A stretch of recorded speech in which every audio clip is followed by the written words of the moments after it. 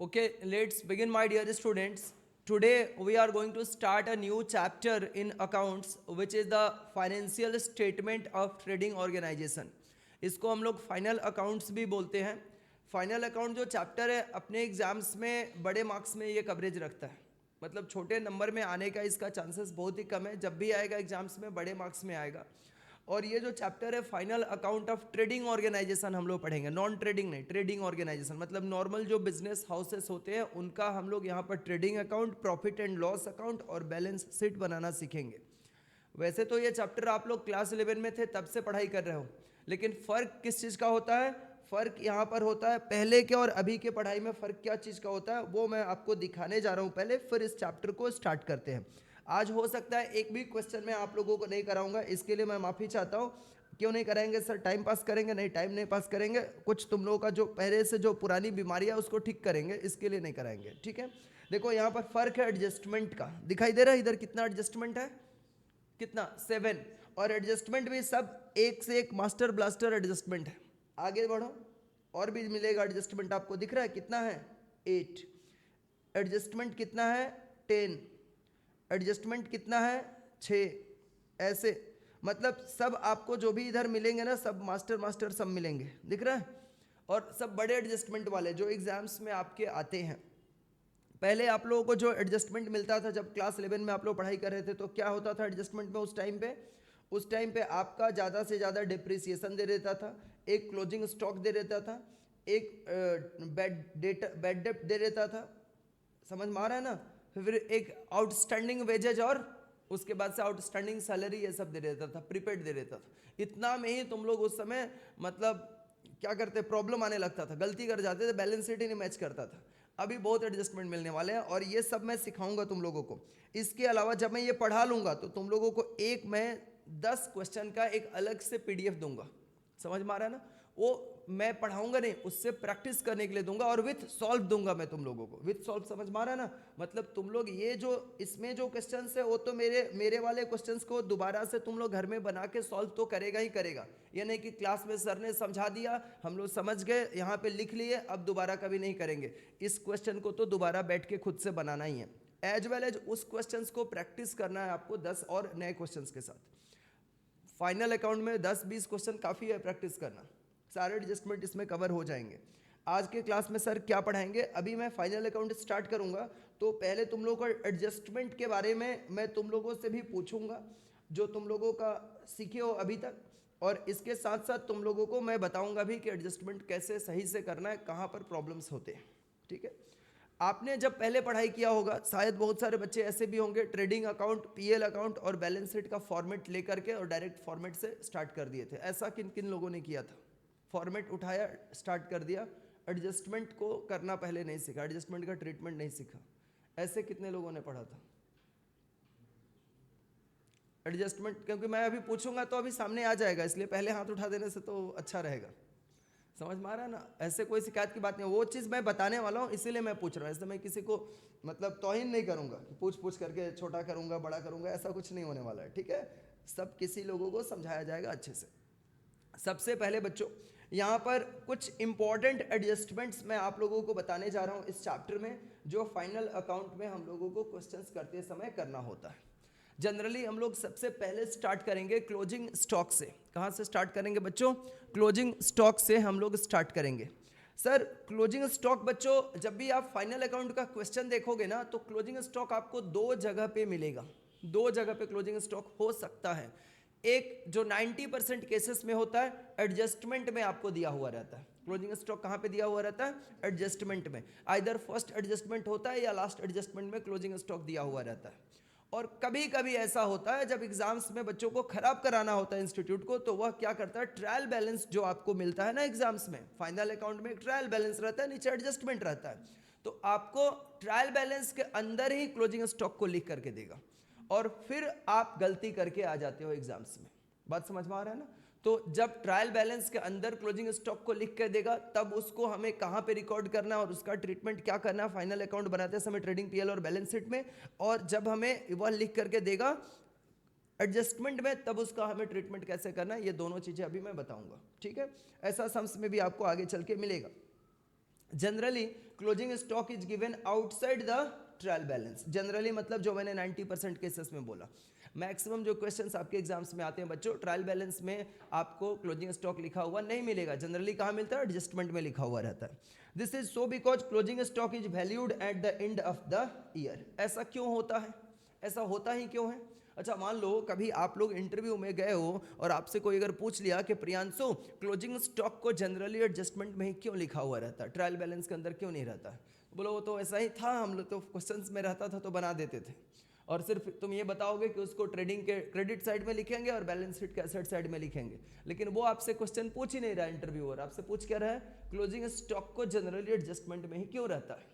क्योंकि closing stock ऐसा stock होता है जो ईयर के एकदम लास्ट डेट पे उसकी वैल्यूएशन की जाती है, और stock is always valued at cost price और सेलिंग प्राइस। किस पे स्टॉक का वैल्यूएशन होता है? Always cost price. Closing stock या आइदर ओपनिंग स्टॉक और closing stock is always valued at cost price. Stock का वैल्यूएशन हमेशा कौन सा प्राइस पे होता है? कॉस्ट प्राइस पे होता है। ये बात हमेशा के लिए याद रखना है आपको। Stock is always valued at cost price. तो इसका वैल्यूएशन हम ईयर एंडिंग पे करते हैं। अब हम बुक्स तो क्लोज कर चुके होते हैं, इसीलिए जनरली एडजस्टमेंट में लिख के काम चलाया जाता है।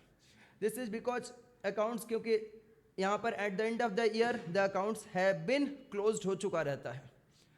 As such closing stock is shown at the 2 places. Closing stock को 2 प्लेसेस पे हम लोग लिखते हैं। कहाँ पे लिखते हैं? 2 प्लेसेस पे। जब हम ट्रेडिंग अकाउंट बनाते हैं तो उसके क्रेडिट साइड में रिकॉर्ड करते हैं, और ओपनिंग स्टॉक को ट्रेडिंग अकाउंट के डेबिट साइड में रिकॉर्ड करते हैं। लेकिन क्लोजिंग स्टॉक को कहाँ रिकॉर्ड करते हैं? ट्रेडिंग अकाउंट के क्रेडिट साइड में। और फिर कहाँ पे हम लोग रिकॉर्ड करते हैं?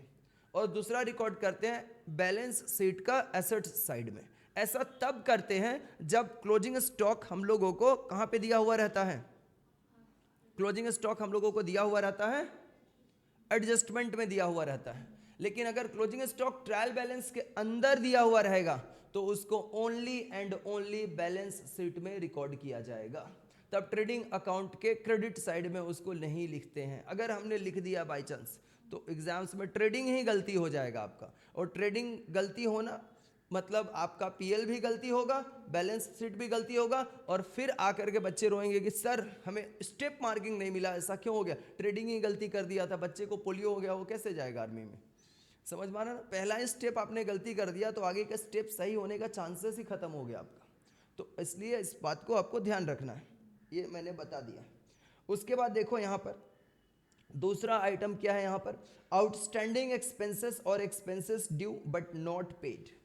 ये सब ना अभी मैं समझा रहा हूँ। जब हम लोग सम्स करेंगे तो जनरली कैसे मैं पढ़ाता हूँ, जब हम लोग सम्स करेंगे तो मैं एक एक बच्चे को कभी कभी उठा के पूछता हूँ कि आउटस्टैंडिंग को क्या ट्रीटमेंट करें, वो बताता है, गलती बताता है, मैं फिर से लाके इधर समझाऊंगा उसको। समझ में आ रहा है ना? एक एक बच्चे को समझ में आना चाहिए। एडजस्टमेंट वो सही अगर करने लगेगा, बैलेंस शीट भी मिला करके आएगा एग्जाम में आराम से। क्लियर है ना?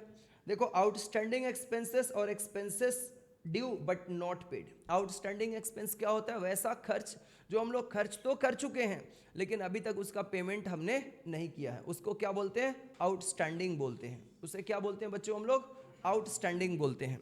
सो यहाँ पर आउटस्टैंडिंग एक्सपेंसेस और expenses due but not paid दोनों का मतलब एक ही है। Outstanding expenses will be added to the concerned expenses on the debit side of trading और प्रॉफिट एंड लॉस अकाउंट। ये बताओ मुझे मैं जिस बच्चे से पूछूंगा वही मुझे बताएगा, बाकी लोग बताएगा नहीं अभी, ठीक है ना? मुझे बताना, ये कायनात बताना तुम कि वेजेज को हम लोग ट्रेडिंग में लिखते हैं कि प्रॉफिट एंड लॉस अकाउंट में लिखते हैं? वेजेस को किधर हम लोग रिकॉर्ड करते हैं? कोई बताएगा मुझे? वेजेस को किधर रिकॉर्ड करते हैं?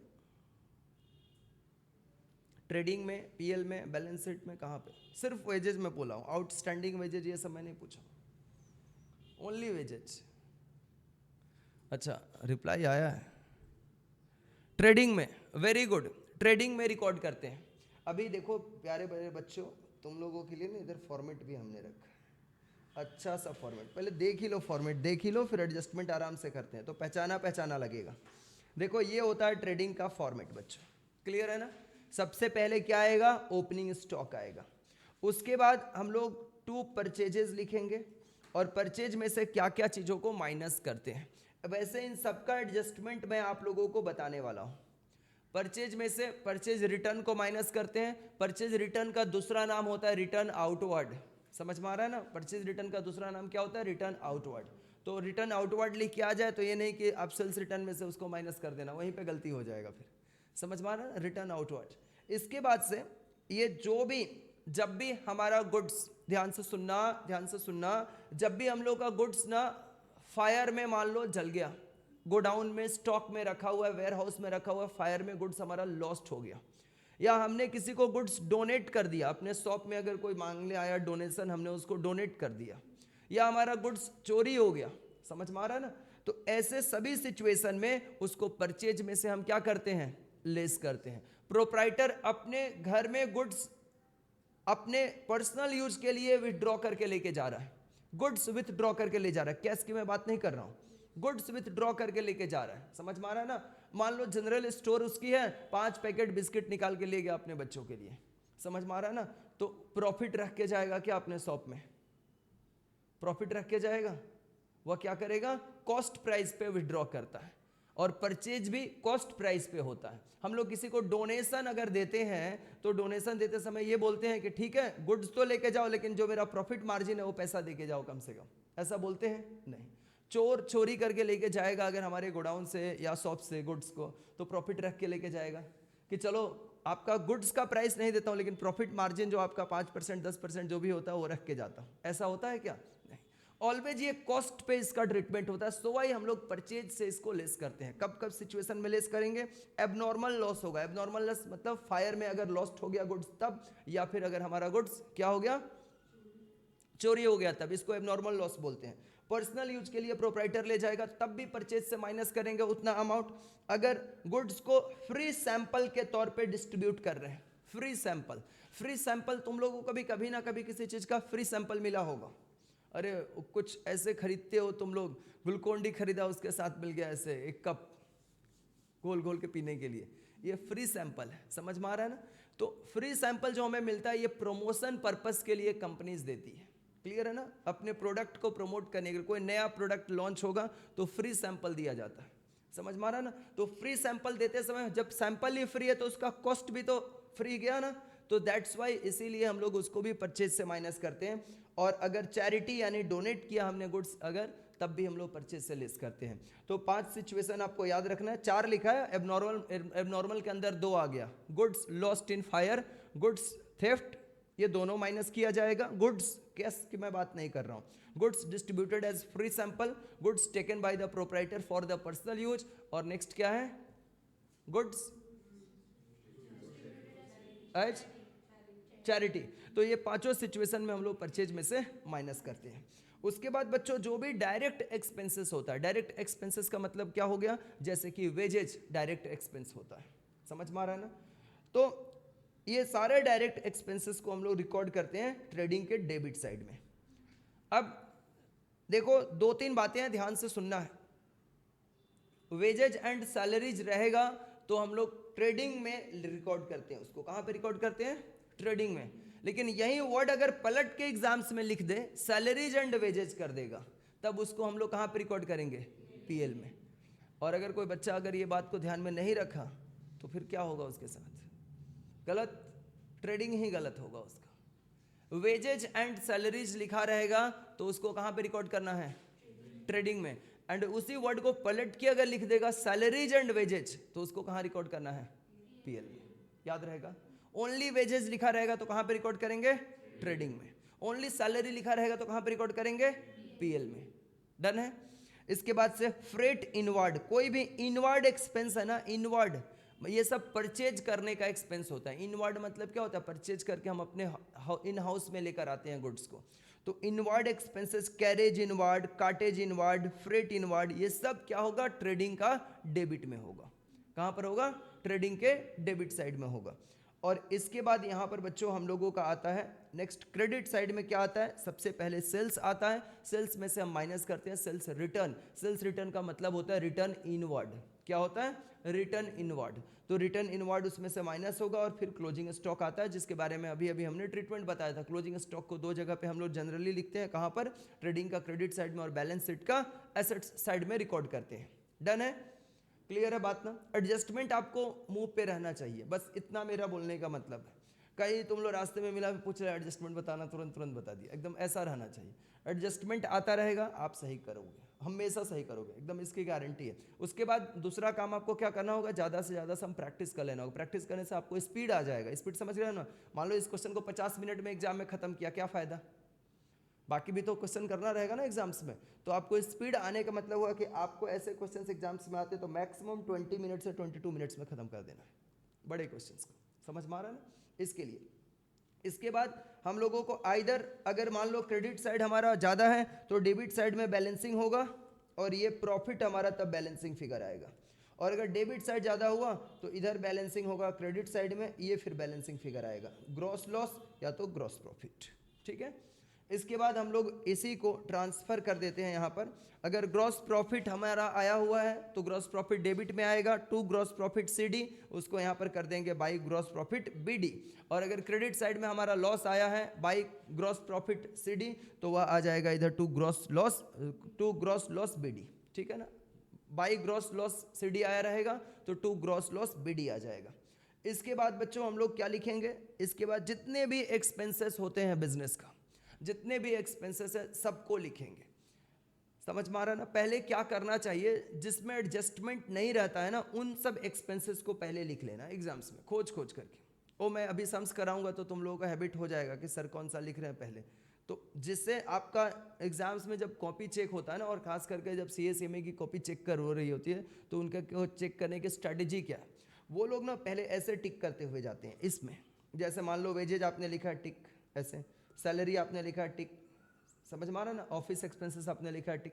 तो जितना ज़्यादा उस पर टिक टिक आएगा आपका, वो एडजस्टमेंट है कि नहीं है, उस पर आपको स्टेप मार्किंग मिलेगा। और मान लीजिए आपने एक जगह पे लिखा है यहाँ पर वेजेज, फिर एक तो एडजस्टमेंट वाला आपने किया वो गलत हो गया, फिर आपने दूसरा लिखा वो सही, समझ में आ रहा है ना? तो फिर आपको स्टेप मार्किंग जहाँ पे 4 मिलना होगा वहाँ पे 2 मिलेगा। तो जितना लाइन से सही रहेगा उतना चांस ज़्यादा है। क्लियर है? ये बात को ध्यान रखना। कॉपी ऐसे ही चेक होता उधर। तो कोई कोई बच्चा देखो सेम क्वेश्चन किया है लेकिन इस एक को स्टेप में ज़्यादा नंबर मिल जाता है, दूसरे को कम मिलता है, फिर भी बोलते भाई बराबर ही तो हम लोग लिखे थे, फिर भी नंबर तेरा ज़्यादा आ गया मेरा कम आ गया। ये चक्कर है।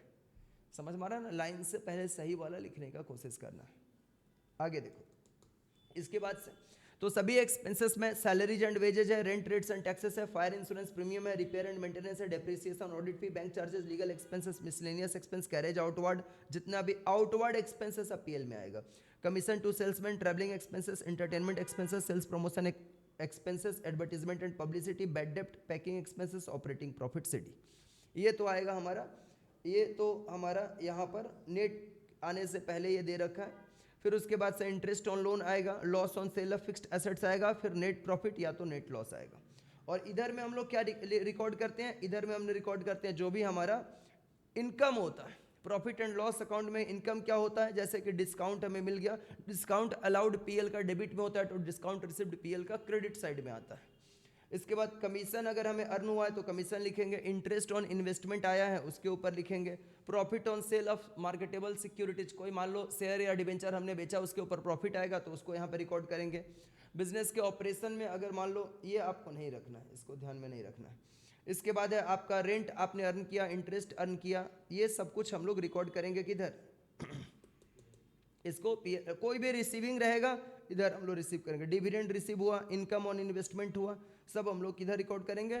कोई एसेट्स को मान लो हमने प्रॉफिट पे बेच दिया, कोई फिक्स्ड एसेट्स को, तो क्रेडिट साइड में हम लोग रिकॉर्ड करेंगे।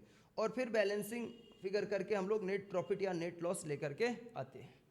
ये तो हो गया आपका प्रॉफिट एंड लॉस अकाउंट। लेकिन उसी के लिए तो एडजस्टमेंट में सिखा रहा हूँ, जो अभी पढ़ाना स्टार्ट किया था, और फिर एडजस्टमेंट पे लेके अभी चलूँगा आपको 5 मिनट के अंदर। इसके बाद हम लोग का बैलेंस शीट है बच्चों।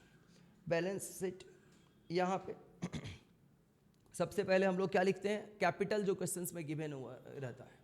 इसमें नेट प्रॉफिट अगर हमारा हुआ तो नेट प्रॉफिट को हम लोग ऐड कर देते हैं, और अगर लॉस हुआ तो नेट लॉस को हम लोग माइनस कर देते हैं। ड्राइंग्स रहेगा, ड्राइंग्स बाय द प्रोप्राइटर, उसको भी हम लोग क्या करेंगे, कैपिटल में से माइनस करेंगे। ड्राइंग्स रहेगा अगर प्रोप्राइटर का, उसको माइनस करेंगे। लॉन्ग टर्म लोन को रिकॉर्ड करते हैं, और फिर ये सब होता है करेंट लाइबिलिटीज। देख लो करेंट लाइबिलिटीज का नाम, कभी मैं ऐसे पूछ लिया 3-4 करेंट लाइबिलिटी का नाम बताओ तो 2 बताने के बाद फिर रुक जाते हो तुम लोग, ऐसा नहीं होना चाहिए। ये सब करेंट लाइबिलिटीज है। इनकम रिसिव्ड इन एडवांस है, बिल्स पेएबल है, बैंक ओवरड्राफ्ट है, आउटस्टैंडिंग एक्सपेंस है, सन्ड्री क्रेडिटर्स है, ये सब आपका करेंट लाइबिलिटीज है। इसके बाद आ जाओ फिक्स्ड एसेट्स में goodwill, land, building, plant, machinery, furniture, fixture रहेगा, इन्वेस्टमेंट रहेगा, और फिर करेंट एसेट्स में ये सब आता है। क्लोजिंग स्टॉक जो हमने ट्रेडिंग के क्रेडिट साइड में लिखा था वही वाला क्लोजिंग स्टॉक को दोबारा यहाँ पे रिकॉर्ड करेंगे। अक्रूड इनकम है। अक्रूड इनकम का मतलब क्या होता है? अक्रूड इनकम का मतलब क्या होता है? आउटस्टैंडिंग। हाँ, income earn but not received. Income earn हो चुका है लेकिन रिसीव नहीं हुआ है, समझ में आ रहा है? इसको बोलते हैं अक्रूड। फिर प्रीपेड एक्सपेंसेस है, sundry debtors, bills receivables, cash at bank, cash in hand. तो ये रहेगा, लेकिन आपको बस एडजस्टमेंट को केयर में रखना है। एडजस्टमेंट अभी हम लोग समझेंगे, और कोई भी बच्चे को कुछ भी दिक्कत है, एडजस्टमेंट कहाँ पे, आप जो गलती भी कहाँ पे करते हो एग्जाम्स में, सम्स के अंदर जाके, वो जगह भी मैं आपको अभी याद दिलाऊंगा। ठीक है।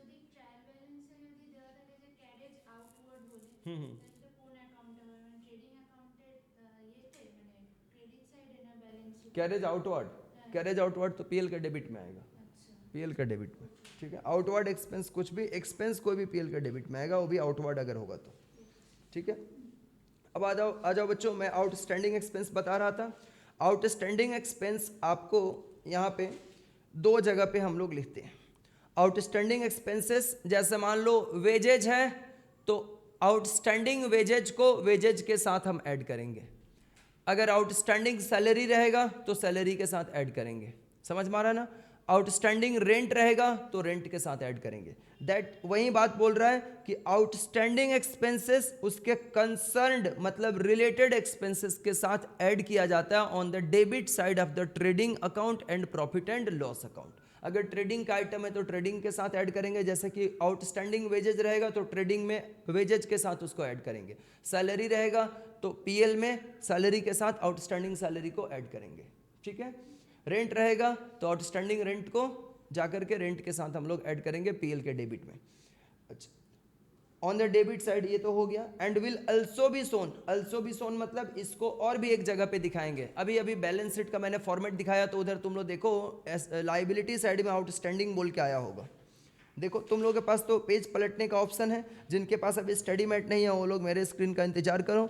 यहाँ पर अभी मैंने तुम लोगों को दिखाया था बच्चों, आउटस्टैंडिंग क्या, आउटस्टैंडिंग एक्सपेंसेस मतलब अगर आपका जितना भी आउटस्टैंडिंग खर्च रहेगा, समझ में आ रहा है ना? आउटस्टैंडिंग ऑफिस एक्सपेंस है, आउटस्टैंडिंग वेजेज है, आउटस्टैंडिंग सैलरी रहेगा, आउटस्टैंडिंग रेंट रहेगा, आउटस्टैंडिंग कुछ भी रहेगा, वह सभी एक्सपेंस, आउटस्टैंडिंग टेलीफोन बिल रहेगा, ये A to Z outstanding expenses को हम लोग रिकॉर्ड करेंगे लाइबिलिटी में, और वह भी करेंट लाइबिलिटी में रिकॉर्ड करेंगे। क्लियर है?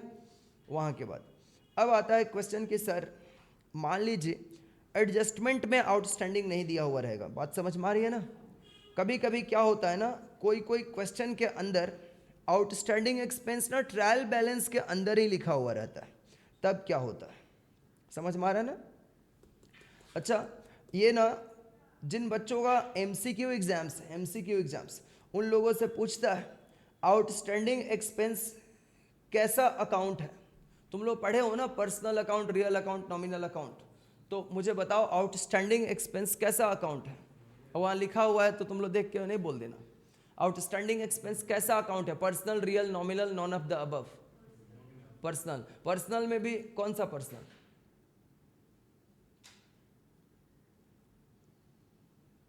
पर्सनल में भी कौन सा पर्सनल? मैंने पढ़ाया है, ठीक है। पर्सनल में भी कौन सा पर्सनल?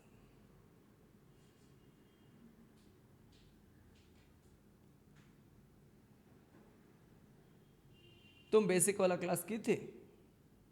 नहीं, फंस गए बोल के। मैंने पढ़ाया ना बच्चों representative personal account, representative personal account होता है ये, समझ में आ रहा है ना। आउटस्टैंडिंग और प्रीपेड ये सब जो होता है, कैपिटल भी पर्सनल अकाउंट होता है, वो भी रिप्रेजेंटेटिव पर्सनल अकाउंट होता है, समझ में आ रहा है ना। बेसिक कंसेप्ट आपका हमेशा मजबूत रहना चाहिए, समझ में आ रहा है ना। आपने वो 3 इडियट्स मूवी देखा है ना बच्चों, फरहान था ना वो जो कैमरा करता था, क्या बोला अपने पिताजी को कि पिताजी ऐसा इंजीनियर बन भी जाऊंगा तो क्या फ़ायदा, समझ में आ रहा है ना। तो बिना नॉलेज का सीएससी में बन भी जाएगा तो ज़्यादा फायदा नहीं होगा, तो पैकेज छोटा रहेगा, पूरा नॉलेज के साथ जाना है। और बेसिक चीज़ों को ज़्यादा मजबूत करो, इंटरव्यू में ये सब चीज़ें पूछ करके अटका देता है लोगों को। Outstanding expenses is a personal account because it represents those person to whom the payment is to be made. जैसे हम बोले आउटस्टैंडिंग वेजेज, तो ये वेजेज हम ऐसे ले जाके गंगा में तो बहाएंगे नहीं, किसी ना किसी पर्सन को ही देना होगा, तो इसलिए कोई पर्सन को रिप्रेजेंट कर रहा होगा ये वेजेज, किसी ना किसी पर्सन को, हमारे स्टाफ में से किसी ना किसी को तो रिप्रेजेंट कर रहा होगा जिसको हम वो पेमेंट करेंगे, सो वाई इसको रिप्रेजेंटेटिव पर्सनल अकाउंट बोलते हैं, याद रखना है इसको। अब आता है बात, अगर बच्चों इनसाइड द ट्रायल बैलेंस अगर आउटस्टैंडिंग एक्सपेंस मेंशन रहेगा, इनसाइड द ट्रायल बैलेंस।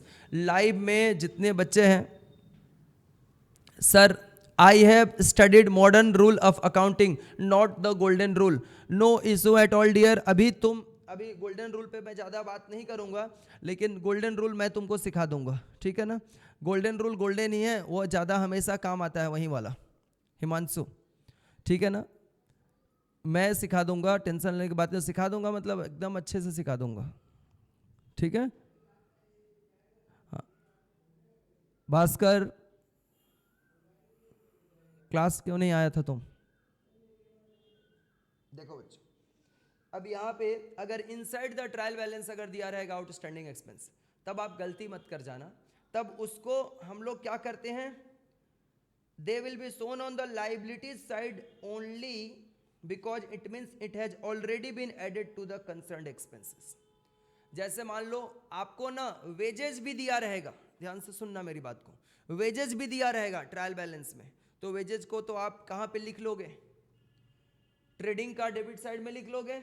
और मान लो आउटस्टैंडिंग वेजेस भी ट्रायल बैलेंस में दिया है और आपने गलती से भी उठा के अगर वेजेस में आउटस्टैंडिंग वेजेस को ऐड कर दिया, तो आपका ट्रेडिंग वहीं पे गलती है, ट्रेडिंग क्या हो जाएगा, गलत, फिर नंबर मिलेगा क्या आपको।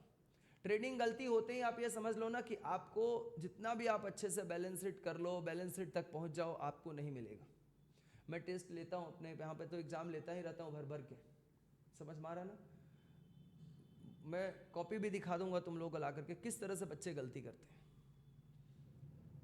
मतलब मान लो 20 बच्चे हैं तो 20 रकम का गलती किए हैं, 20 टाइप का, तो हर तरह का गलती मेरे को पता है कि कहाँ कहाँ पे गलती करते हैं, इसलिए मैं वो चीज़ से आपको पहले ही आगाह कर देता हूँ कि ऐसा ना हो आपसे।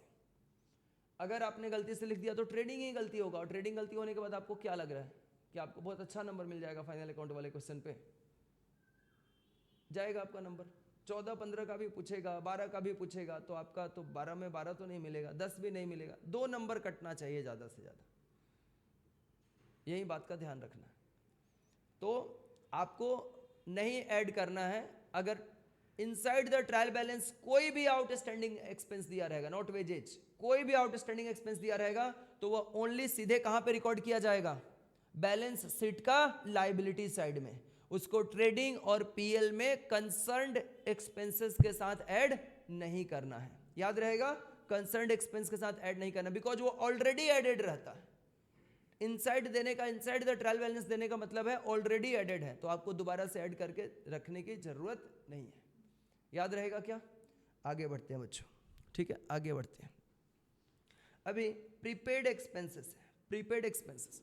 अच्छा, आज ज़्यादा मेहनत मेरा है, मैं सारा समझा रहा हूँ, एक एक लाइन बोल बोल के, एक दो बच्चा बोर भी हो रहा होगा जिसको ये सब अच्छा आता है अच्छे से, कोई बात नहीं, आज भर अगले क्लास से तो मैं सबसे एक एक ट्रीटमेंट उठा उठा के पूछूंगा, और आपने अगर बताते रहे तो आपका कॉन्फिडेंस सबसे पहले बढ़ेगा, दूसरा कि आप एग्जाम में सही सही करने लगोगे, ये गारंटेड है।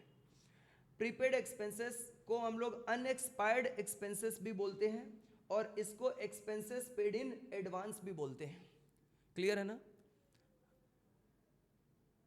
सर ट्रायल बैलेंस वाला समझ नहीं, हम प्रीपेड एक्सपेंस का। तो प्रीपेड का तो अभी समझा रहे हैं, रुक जाओ थोड़ा सा भैया मेरा, रुक जाओ थोड़ा सा। प्रीपेड का तो अभी समझा ही रहा हूँ। प्रीपेड एक्सपेंस का मतलब क्या होता है पहले ये बता दो।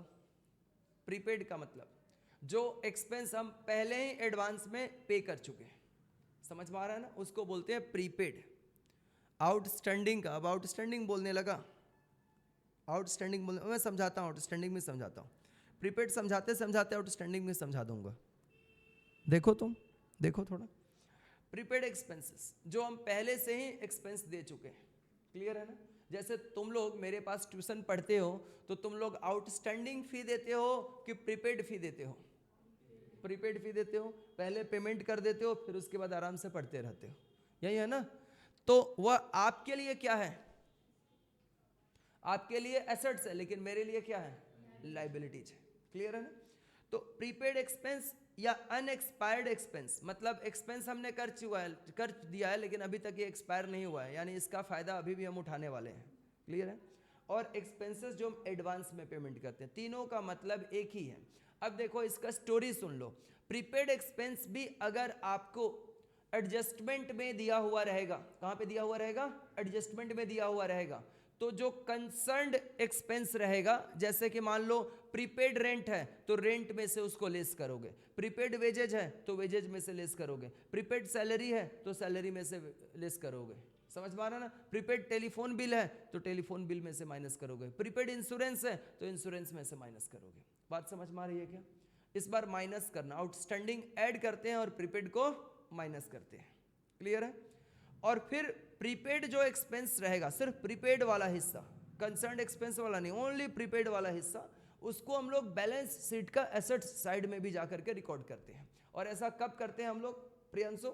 ऐसा हम लोग तब करते हैं जब प्रीपेड एक्सपेंस हमारे क्वेश्चन में कहां पे दिया हुआ रहता है? एडजस्टमेंट में। कहां पे दिया हुआ रहता है? एडजस्टमेंट में। और अगर प्रीपेड एक्सपेंस हमें इनसाइड द ट्रायल बैलेंस दिया हुआ रहेगा, ध्यान से सुन लेना तुम फुरकान, अगर पहले से कहां पे दिया हुआ रहेगा? प्रीपेड एक्सपेंस अगर हमें इनसाइड द ट्रायल बैलेंस दिया हुआ रहेगा तो अपन क्या करेंगे? इसको only and only balance sheet में जाकर के लिखेंगे। जैसा कि आउटस्टैंडिंग अगर इनसाइड द ट्रायल बैलेंस दिया हुआ था तो हम लोग सिर्फ उसको बैलेंस शीट के लायबिलिटी साइड में लिख रहे थे, लेकिन अगर prepaid inside the trial balance दिया रहेगा तो इसको ओनली एंड ओनली कहां पे रिकॉर्ड करेंगे? Assets side of the balance sheet में, ठीक है। क्लियर है ये बात? अभी देखो इंग्लिश में वही लिखा है, इंग्लिश आ जाओ पढ़ लो।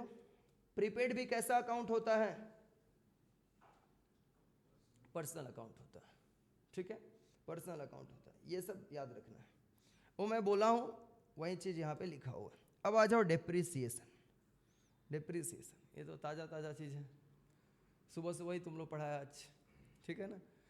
देखो डेप्रिसिएशन क्या होता है बच्चे। डेप्रिसिएशन, डेप्रिसिएशन को हम लोग, डेप्रिसिएशन क्या होता है? एक्सपेंस होता है।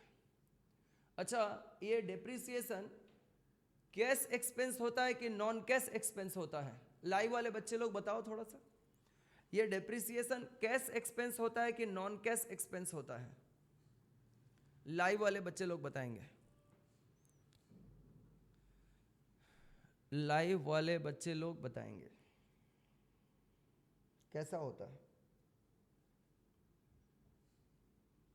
नॉन कैश एक्सपेंस होता है, क्योंकि हम लोग अगर किसी को सैलरी होता है कैश में देते हैं, रेंट होता है कैश में देते हैं, स्टेशनरी का एक्सपेंस है कैश में देते हैं, लेकिन डेप्रिसिएशन जो होता है एसेट्स का वह नॉन कैश होता है। कैश में देना नहीं है किसी को, सिर्फ हमारा एसेट्स जितना वैल्यू से उसकी, जितना वैल्यू से डेप्रिसिएट हुआ, जितना वैल्यू से उसका वैल्यू कम हुआ, उस अमाउंट को हम लोग बस एक्सपेंस बोल के पीएल के डेबिट साइड में रिकॉर्ड कर देते हैं, ठीक है। देखो depreciation will be shown on the debit side of the profit and loss account because it is a loss or expense होता है। and on the other hand, दूसरे तरफ उसको बैलेंस शीट का एसेट्स साइड में, अगर मान लो मशीनरी का डेप्रिसिएशन है तो मशीनरी में से जितना वैल्यू डेप्रिसिएट हुआ उसको माइनस करेंगे, फर्नीचर का डेप्रिसिएशन है तो फर्नीचर में से माइनस करेंगे, बिल्डिंग का डेप्रिसिएशन है तो बिल्डिंग में से डेप्रिसिएशन का अमाउंट माइनस करेंगे, वह अमाउंट माइनस करेंगे जो हमने पीएल के डेबिट साइड में रिकॉर्ड किया था, ठीक है। और फिर अपने माइनस करने के बाद जो वैल्यू बचेगा उससे हम लोग एसेट्स साइड में रिकॉर्ड करते हैं। ठीक है, अब आ जाओ अक्रूड इनकम और income receivable. Income receivable, accrued income मतलब रिसीवेबल, वह इनकम जो हमारा जनरेट हो चुका है लेकिन अभी मिलने वाला है, रिसीव होने वाला है, उसको बोलते हैं receivable, accrued income. Such income will be shown on the credit side of the profit and loss account. देखो बच्चों, प्रॉफिट एंड लॉस अकाउंट के फॉर्मेट जो अभी अभी आपने देखा था, प्यारे बच्चों, अभी अभी आपने देखा था ना प्रॉफिट एंड लॉस अकाउंट में, देखो अक्रूड इनकम हमने कहीं पे लिखा था, इधर था क्या, कहीं पे, कहाँ, नीचे है, दिख नहीं रहा,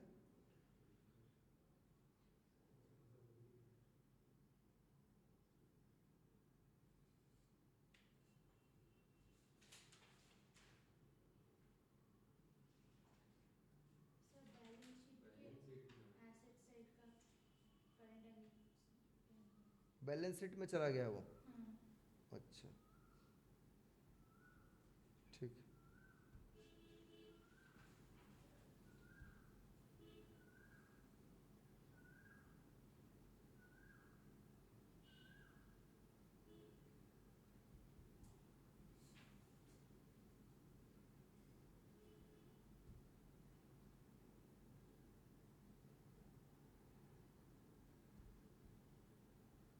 ठीक है, इसको हम बाद में ठीक करते हैं, अभी पहले पढ़ लो इसको।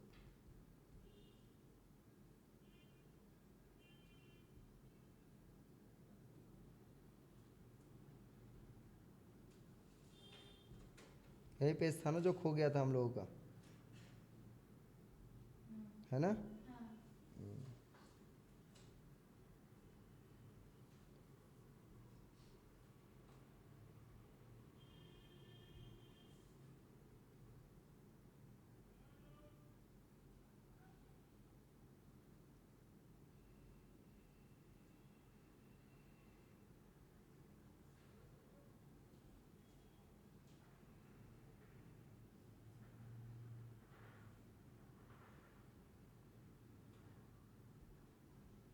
ठीक,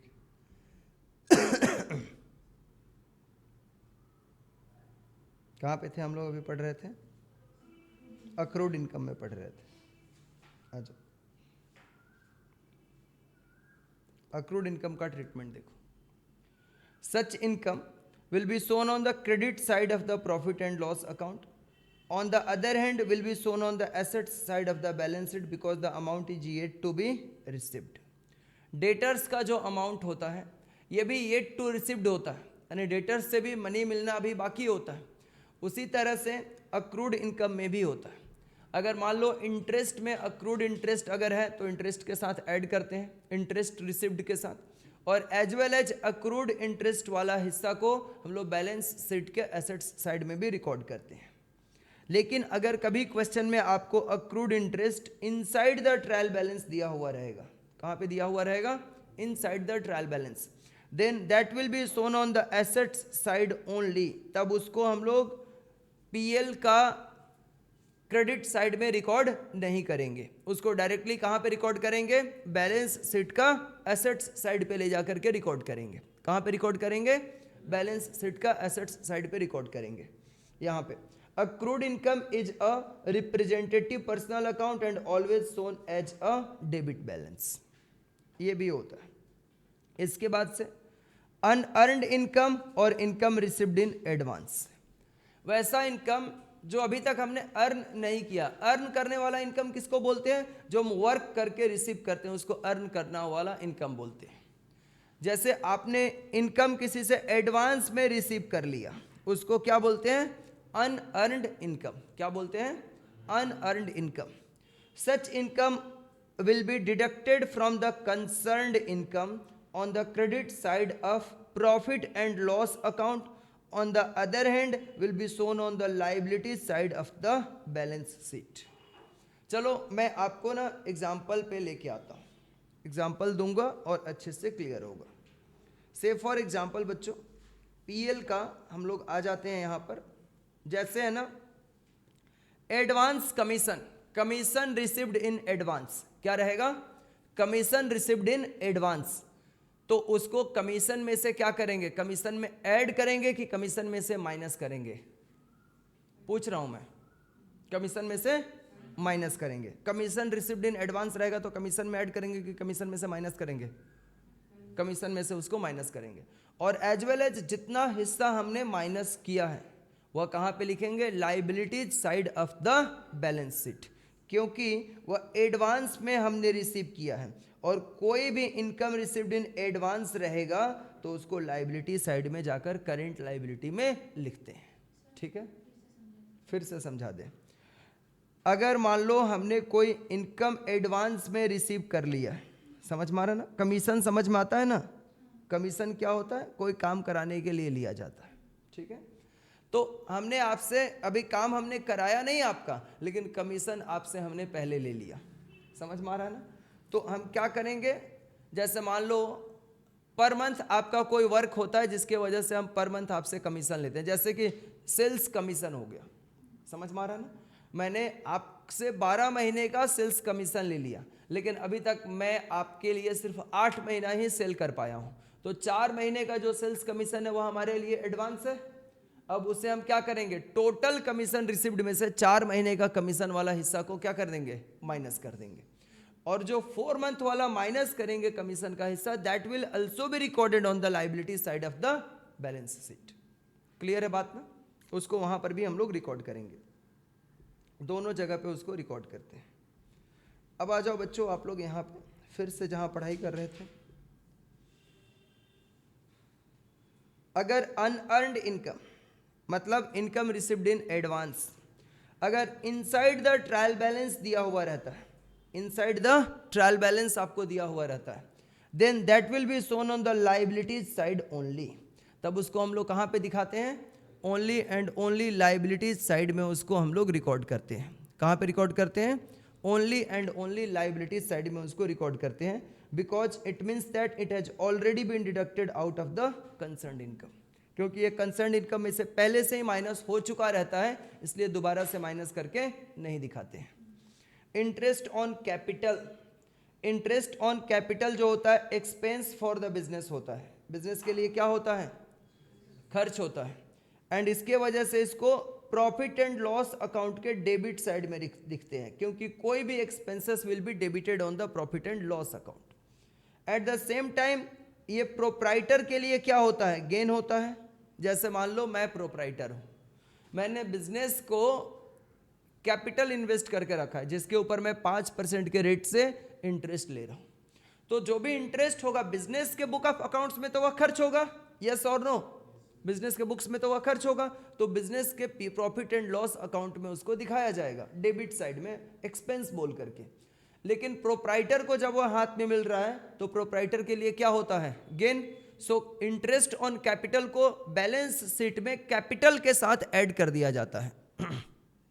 sir interest on capital is profit appropriation, क्या, हाँ प्रॉफिट अप्रोप्रिएशन है, लेकिन ये पार्टनरशिप के कंसर्न में पढ़ते हैं बच्चे। अभी हम लोग पार्टनरशिप के कंसर्न में नहीं पढ़ रहे हैं, पार्टनरशिप में मैं उसको पढ़ाऊंगा। अभी हम लोग पढ़ रहे हैं इसको सोल प्रोप्राइटर कंपनी के लिए। किसके लिए पढ़ रहे हैं, ये जो तुम लोग ट्रेडिंग ऑर्गेनाइजेशन का फाइनल अकाउंट कर रहे हो, ये सोल प्रोप्राइटर ऑर्गेनाइजेशन के लिए कर रहे हो, ठीक है। हम लोग इसको पार्टनरशिप के में भी जाके पढ़ेंगे। दूसरा चीज, और कंपनी का बैलेंस शीट होता है वह अलग होता है, वह तो कंपनीज एक्ट के प्रोविजन के अकॉर्डिंग बनाया जाता है, शेड्यूल 3 को फॉलो करके, ठीक है, वह अलग होता है।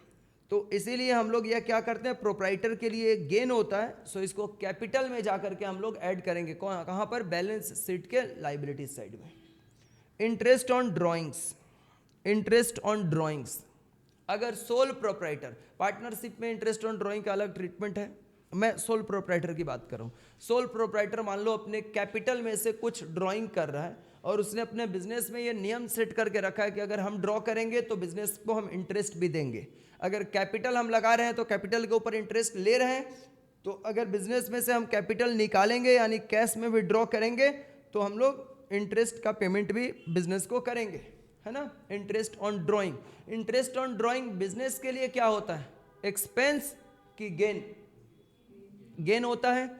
बिजनेस के लिए क्या होता है, गेन होता है। Interest on drawing is a gain to the business, ठीक है, and hence it is shown on the credit side of the profit and loss account. कहाँ पे इसको दिखाते हैं?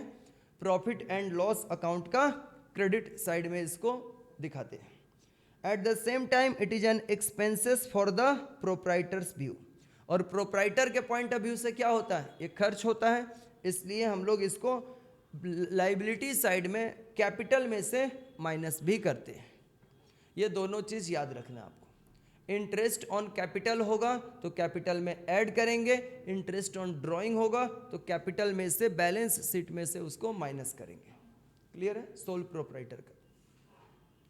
इंटरेस्ट ऑन लोन, अगर मान लो हमने बिजनेस के लिए लोन ले के रखा हुआ है, तो बिजनेस के लिए लोन ले रखा है और उसके ऊपर हम इंटरेस्ट का पेमेंट कर रहे हैं, पर मंथ ब्याज जा रहा है हमारा, वह बिजनेस के लिए एक्सपेंस होगा कि इनकम होगा?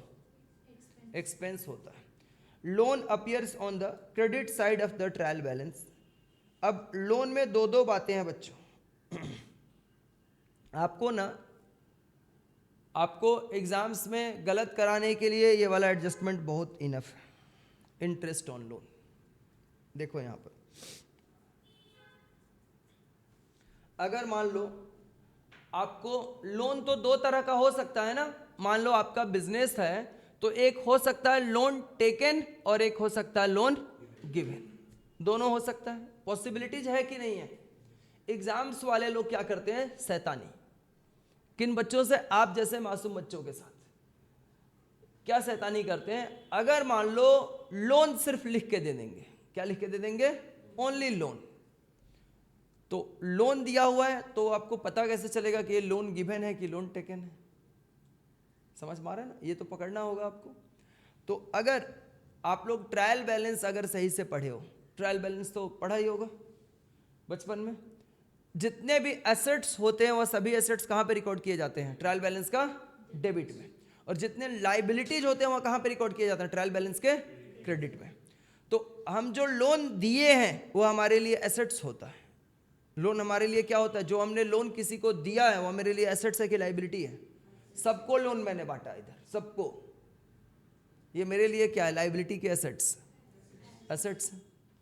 समझ में आ रहा है ना? तो अगर एसेट्स है तो लोन का जो अमाउंट रहेगा वह डेबिट साइड में लिखा रहेगा ट्रायल बैलेंस का, तब आप समझ जाओ कि ये हमारा दिया हुआ लोन है। और अगर वही अमाउंट क्रेडिट साइड में दिखा है, सिर्फ लोन बोल करके और क्रेडिट साइड में अमाउंट को लिख दिया है, लोन गिवन है कि टेकन है ये नहीं लिखा हुआ है, नहीं लिखेगा इंस्टीट्यूट आपके लिए, इतना उपकार नहीं करेगा आपके ऊपर, आपको समझना पड़ेगा। समझ में आ रहा है ना? तो आपको लोन गिवन जो रहेगा, लोन टेकन जो रहेगा, उसका अमाउंट लिखा रहेगा क्रेडिट वाले कॉलम में, तब समझ लो कि लोन हमने लिया है। और लोन लिया है तो उसके ऊपर हम जो ब्याज दे रहे हैं वो हमारे लिए क्या है? एक्सपेंस। और लोन अगर हमने दिया है उसके ऊपर हम इंटरेस्ट ले रहे हैं तो हमारे लिए क्या है? इनकम। क्लियर है? सो अज्यूमिंग दैट से स्टार्ट किया इसको समझाने के लिए, ध्यान से समझोगे मेरे बच्चों। Assuming that the loan appears on the credit side of the trial balance, interest on it will be an expense. अगर लोन क्रेडिट साइड में लिखा हुआ है तो उसके ऊपर जनरेट हुआ इंटरेस्ट हमारे लिए एक्सपेंस होगा, and hence it will be recorded on the debit side of the profit and loss account. Outstanding profit and loss का डेबिट में लिखेंगे, एक्सपेंस है ना, तो कहाँ लिखेंगे? पीएल का डेबिट में। On the other hand outstanding amount of such interest, मतलब कुछ ऐसा इंटरेस्ट है, जैसे ऐसा होता है ना कि हमारा 1 साल का इंटरेस्ट हुआ, मान लो 12,000 रुपया, हमने अभी तक 9 महीने का इंटरेस्ट दिया, 3 महीने का इंटरेस्ट देना बाकी है। समझ में आ रहा है? तो आउटस्टैंडिंग हो जाएगा वह इंटरेस्ट, और outstanding amount of such interest will be added to the loan account, वह लोन में ऐड हो जाता है, क्योंकि लोन तो देना बाकी ही है, साथ में वह 3 महीने का इंटरेस्ट भी हमारा देना बाकी है, तो वह भी हमारा लाइबिलिटी बन जाएगा, और वह लोन के साथ ऐड होकर के बैलेंस शीट में लाइबिलिटी साइड में वह अपीयर होता है। क्लियर है? अच्छा, liability side of the balance sheet. Bad डेप्ट, अब यहां से गलती शुरू होता है। यही वह जगह है जहां पर हर 10 में 7 बच्चों का प्रॉब्लम है। समझ में आ रहा है ना? हर 10 बच्चों में से 7 बच्चों का यहीं से प्रॉब्लम शुरू होता है। बैड डेप्ट, provision for bad and doubtful debts, और फिर उसका जो एडजस्टमेंट है वहां से। और यही मैं अगर तुम लोगों को समझा पाया तो सब कुछ समझा लिया मैंने, फिर तो कोई दिक्कत ही नहीं है। फिर सर आज समझाएंगे ना? अभी समझाऊंगा, आज नहीं, अभी, अभी का अभी। ठीक है? देखो ठंड किसको किसको लग रहा है? हाथ उठाना जिसको जिसको ठंड लग रहा होगा। किसी को नहीं लग रहा, ठीक। बैड डेप्ट। बैड डेप्ट भी ना, दो आपको क्वेश्चन में बैड डेप्ट मिल सकता है, दो बैड डेप्ट आपको क्वेश्चन में मिल सकता है, ठीक है, दो बैड डेप्ट मिल सकता है। रायसा तुम बीच बीच में खाना खाने चली जा रही है उठ करके क्लास छोड़ करके, ठीक है। अभी एलन मस्क के साथ टाई अप हो गया एडोकुंज एकेडमी का, वो सैटेलाइट कैमरा से सब दिखा देता है मेरे को, ठीक है। देखो बैड डेप्ट बच्चों मेरे, बैड डेप्ट दो जगह पे रहेगा। एक ट्रायल बैलेंस के अंदर भी बैड डेप्ट लिखा हुआ रहेगा। अच्छा बैड डेप्ट क्या होता है बताना कोमल, बैड डेप्ट क्या होता है?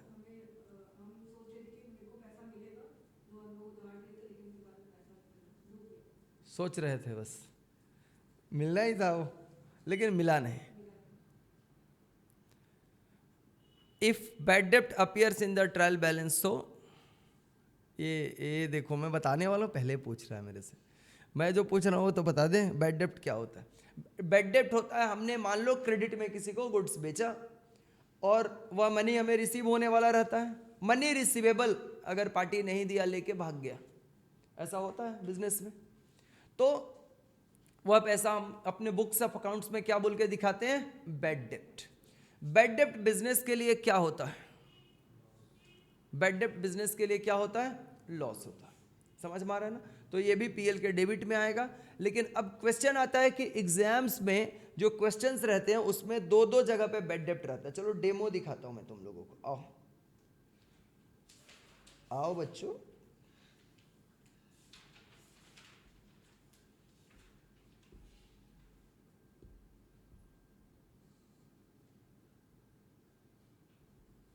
देखो इस क्वेश्चन में कहीं बैड डेप्ट दिख रहा है? 12,200 रुपया दिख रहा है?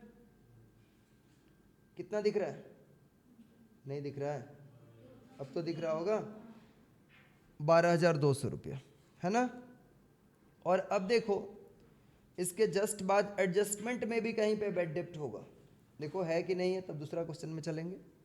ये देखो दिया है, नहीं रिजर्व फॉर बैड डेप्ट दिया हुआ है, रिजर्व फॉर बैड डेप्ट दिया। दूसरे क्वेश्चन में आओ देखते हैं, इसमें भी बैड डेप्ट है क्या? यस, 800 का बैड डेप्ट है इसमें भी, है ना। और यहां पर भी देखो बैड डेप्ट है 200 रुपये का, दिख रहा है। और यहां पर सर एक बैड डेप्ट। अब बात ध्यान से सुन लो, जो ट्रायल बैलेंस के अंदर बैड डेप्ट दिया हुआ है 800 वाला, ये ओल्ड बैड डेप्ट बोला जाता है। क्या बोला जाता है? ओल्ड बैड डेप्ट। और जो एडजस्टमेंट में दिया हुआ है इसको बोलते हैं हम लोग न्यू बैड डेप्ट, ठीक है। ये हमेशा हमेशा के लिए याद रख लो। ट्रायल बैलेंस के अंदर है तो पुराना, ट्रायल बैलेंस घर के बाहर है, बॉक्स के बाहर है तो नया। क्लियर है? अब देखो इसका ट्रीटमेंट मैं सिखाता हूं आपको। ये तो ओल्ड और न्यू पहचानना सीख गए आप लोग।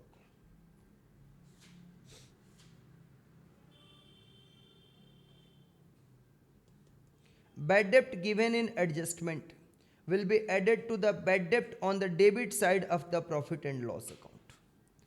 और मान लो दोनों जगह पे बैड डेप्ट दिया, जैसे अभी अभी जो मैंने क्वेश्चन दिखाया था, आज नहीं तो कल उस क्वेश्चन को तो करना ही है हम लोगों को क्लास में। 800 जो ओल्ड बैड डेप्ट था उसके साथ नया वाले बैड डेप्ट को ऐड करके और प्रॉफिट एंड लॉस अकाउंट का डेबिट साइड में उसको रिकॉर्ड करते हैं। बस इतना सी बात है, ठीक है ना। At the same time, it will also be deducted from the debtors on the assets side of the balance sheet.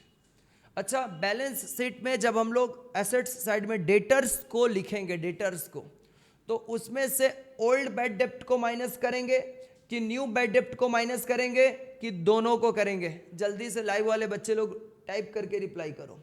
Old new और बोथ, 3 वर्ड में आपको आंसर करना है, मतलब तीनों नहीं करना है, कोई एक उसमें से चूज करना है। डेटर्स में से किसको माइनस करते हैं? हिमांशु बोल रहा है न्यू को माइनस करते हैं सर। अच्छा, बाकी लोगों का क्या वोट है? बाकी बच्चे लोगों का भी किसको? Both, good boy. तुम? सर हम वोट नहीं देंगे। न्यू, अच्छा गेस लगाइए। तुम्हारा ओल्ड, ओल्ड इज गोल्ड। हाँ,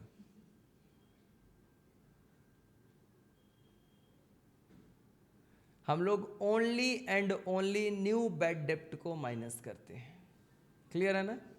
ओल्ड बैड डेप्ट, जैसे इस क्वेश्चन में 800 और 200 दोनों दिया था, लेकिन जब इसी क्वेश्चन का मैं बैलेंस शीट करूंगा, याद दिलाऊंगा उस दिन, मैं खुद याद दिलाऊंगा, मेरे को याद रहेगा, तुम लोग भूल जाएगा, मुझे याद रहेगा। मैं सिर्फ देख रहा बैलेंस शीट में जाके डेटर्स में से ओनली 200 को माइनस करूंगा, न्यू बैड डेप्ट को। ओल्ड कभी माइनस नहीं किया जाता है। डेटर्स में से किसको माइनस करेंगे? न्यू को। ओल्ड सर क्यों नहीं माइनस करते?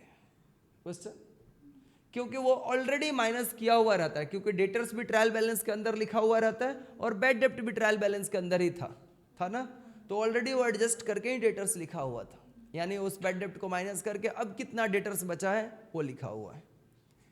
समझ में आ रहा है ना? जैसे मान लो एक बिजनेस के पास तो 100 पार्टीज होते हैं ना, मेरे 1-2 तो स्टूडेंट नहीं है, बहुत स्टूडेंट है।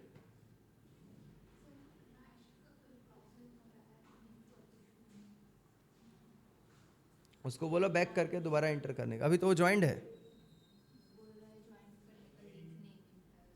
तो कोई आया हो नहीं, ज्वाइंट तो है अभी, तुम रैसा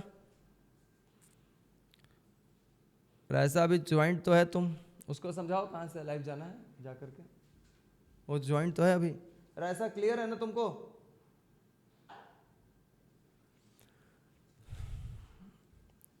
सर नेटवर्क इशू हो रहा है, एक बार बैक करके एंटर करो, शायद ठीक हो जाएगा। हाँ अभी ज्वाइंट है, ठीक है, ओके चलो। तो उसमें से बिजनेस के कई सारे पार्टीज होते हैं, यस और नो। अब मान लो हमने मैक्सिमम लोगों को क्रेडिट में गुड्स बेच रखा, तो उसमें से एक पार्टी तो ऐसा हो सकता है ना जो बैड डेप्ट कर दे। क्लियर है? एडजस्टमेंट में वही सब चीजें रहता है जो बुक्स के क्लोज होने के बाद का रहता है। मतलब बुक्स क्लोज कर दिया हमने, बैलेंस शीट बना लिया, तब पता चल रहा है कि ये सब भी है, तब एक पार्टी हमारा बैड डेप्ट कर दिया, तो उसको अब कैसे फिर से जाके बुक्स के अंदर लिखेंगे, तो इसलिए उसको एडजस्टमेंट में लिखा हुआ रहता है। कारण समझ में आ रहा है तुम लोगों को? जब तुम लोग कल को ऑडिट करोगे ना जा करके, ऐसे फॉर्म वाला भेजेगा आपको चार्टर्ड अकाउंटेंट लोग, कहीं पर भी आप कॉस्ट अकाउंटिंग भी पढ़ाई करो, आप ऑडिट करने जाओगे तो आपको ये चीज़ नॉर्मल कॉमन सी चीज़ें रहेगी, ओ इसके अकाउंट्स में प्रॉब्लम है। अब आप बैलेंस शीट फिर से 1 साल का थोड़े ना बैठ के बनाओगे, डेली कितने ट्रांजेक्शन्स हो रहे हैं, पॉसिबल है? नहीं पॉसिबल है। सम्स में जो लाइफ तुम लोग देख रहा है ना, 8 एडजस्टमेंट मिल गया, सम कर लो, बैलेंस शीट मिला दिया, यस बैलेंस शीट मिला दिया, ऐसा कुछ नहीं होता है वहाँ पे। यहाँ तो एक आदमी का शॉप से डेली का अगर 100 ट्रांजेक्शन्स भी हुआ है, तो अगर वह साल का अगर 300 वर्किंग डेज में काम किया है, 300 दिन अगर बिजनेस किया है, तो 300 × 100 कितना होता है? 300 × 100 30,000 ट्रांजेक्शन हुए हैं। अब 30,000 ट्रांजेक्शन्स में से कुछ क्रेडिट ट्रांजेक्शन्स भी हुए होंगे और कैश ट्रांजेक्शन्स भी हुए होंगे। अब क्या पॉसिबल है 30,000 ट्रांजेक्शन का जर्नल एंट्री करना दोबारा से बैठ करके? वो सब कैसे होता है? सर ये तो बहुत बड़ा काम है, तब तो फिर हम लोग पढ़ाई छोड़ दे रहे हैं। 30,000 ट्रांजेक्शन एक ही पार्टी का हम लोग काम करते रह जाएंगे साल भर, ऐसा नहीं होता है। इसीलिए जो सीए फॉर्म होते हैं, चार्टर्ड अकाउंटेंट का फॉर्म होता है, ये लोग अकाउंट्स के ऊपर मेनली काम करते हैं। कॉस्ट अकाउंटेंट लोग तो बहुत सारा काम करता है। तो ये लोग क्या करते हैं कि अपने जो ये सब जो बच्चे लोग हैं, लोग जो आर्टिकलशिप करते हैं, उनको बोलते हैं जाओ 10 पार्टी है उनके, मान लो 10 क्लाइंट है, 10 क्लाइंट एक बच्चे से 4-4 क्लाइंट का काम कराएंगे, भेजेंगे, जाओ उनका रोज का, मतलब बड़ा अगर ट्रांजेक्शन्स है तो हर महीने हर हफ्ते जाके वहाँ पे एंट्री लेकर रखे आओ। और आप जाते हो उसको लैपटॉप में, अपने मोबाइल पे, मतलब जो भी लैपटॉप या डेस्कटॉप पे एंट्री लेकर के आते हो उनका, या वहाँ से डेटा उठा के लेके आते हो, फिर ऑफिस में बैठ के एंट्री करना होता है। समझ में आ रहा है ना? तो वो हर वीक का, एवरी 15 डेज का, 1 मंथ का ट्रांजेक्शन्स का एंट्री होते पूरा 1 साल का तैयार होता है। साल भर ये काम चलता रहता है, 1-2 दिन का काम नहीं है कि पूरा साल भर का एक बार करेंगे, हो ही नहीं पाएगा। फिर तो निठल्ला घूमेगा बिजनेसमैन, कोई हो ही नहीं पाएगा उसका कभी। तो वैसे चलता है पूरा काम। अभी देखो अपने आते हैं provision for bad and doubtful debts. इसमें भी 2-2 प्रोविजन होते हैं बच्चों। बैड डेप्ट का तो बात हम लोग सीख लिए। अब provision for bad and doubtful debts भी क्वेश्चन में दो बार रहेगा। और ये भी दिखा देता हूँ तो तुम लोगों को थोड़ा सा माइंड में इमेज बना हुआ रहेगा कि कैसे प्रोविजन दो बार हो सकता है। देखो कोई क्वेश्चन में है तो खोज के बताना।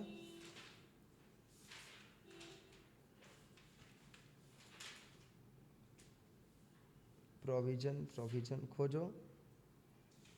ये रहा देखो 8,000 रुपये का प्रोविजन दिख रहा है ना। ये जो प्रोविजन होगा इसको हम लोग बोलेंगे ओल्ड प्रोविजन। क्या बोलेंगे? Old provision. ये कैसा प्रोविजन है? Old provision. Inside the trial balance है ओल्ड प्रोविजन फॉर बैड डेब्ट। ये प्रियांशु बताना तो प्रोविजन क्यों बनाते हैं हम लोग? फ्यूचर में होने वाले लॉस को रिकवर करने के लिए, नहीं उस लॉस को फेस करने के लिए। क्योंकि बिजनेस में हमारे जितने भी ट्रांजैक्शंस होते हैं ना उसके अकॉर्डिंग ही हम अपना बिजनेस का खर्च भी सेट करते हैं। और हमारा वो पेमेंट अगर नहीं आया तो मेरा कोई काम बिजनेस में हैम्पर हो सकता है। क्रेडिटर को हम टाइमली पेमेंट नहीं कर सकते हैं। दैट्स वाई हम प्रोविजन रेडी करके रखते हैं कि ऐसा अनसर्टेनिटी आने से मेरा बिजनेस इंपैक्ट नहीं कर जाए। बहुत अच्छा, बहुत अच्छा। अब देखो बच्चों यहाँ पर हमें